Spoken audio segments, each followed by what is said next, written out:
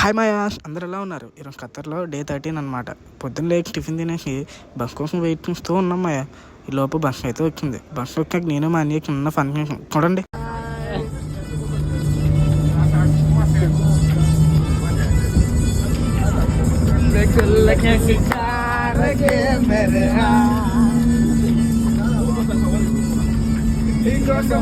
నేను పిచ్చోనైపోయానే, కోసం నేను పిచ్చోనైపోయానే,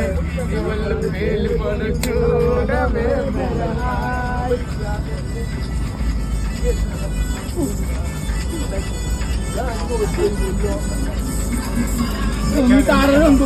అలా నవ్వుకుంటూ కంపెనీకి అయితే వస్తాం అయ్యా. షిఫ్ట్ అయిపోయాక వ్యూ బాగుందని చిన్న వీడియో తీసాను.